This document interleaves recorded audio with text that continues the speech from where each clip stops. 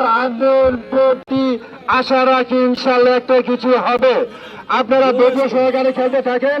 অত্যন্ত সুন্দর খেলা হচ্ছে নাসিরাবাদের টিমের পক্ষ থেকে।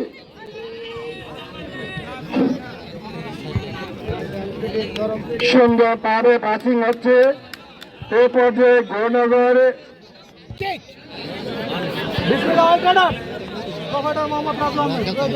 অনেক সুন্দরভাবে খেলা থেকে কোনো একদিন এখান থেকে জাতীয় দলে তারা খেলবে আমরা আশাবাদী। টান টান উত্তেজনা নাসিরাবাদ বিরিকুল দেখা যাক। চমৎকার শট শান্ত শান্ত থেকে 30 সাদ্দাম বা প্রান্ত দিয়ে আবার শান্ত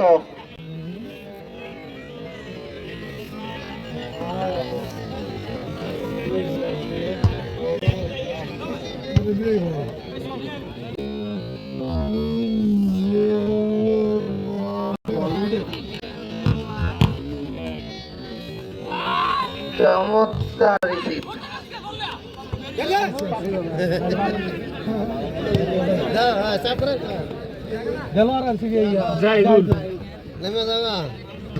আজকের ম্যাচে রেফারি দায়িত্ব পালন করছেন মোহাম্মদ আরিফ।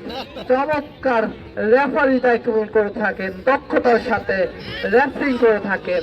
আমরা দেখছি সেই প্রথম থেকে গৌরনগর টুর্নামেন্টে রেফারি দায়িত্ব পালন করছেন এই আরিফ। অন্যদিকে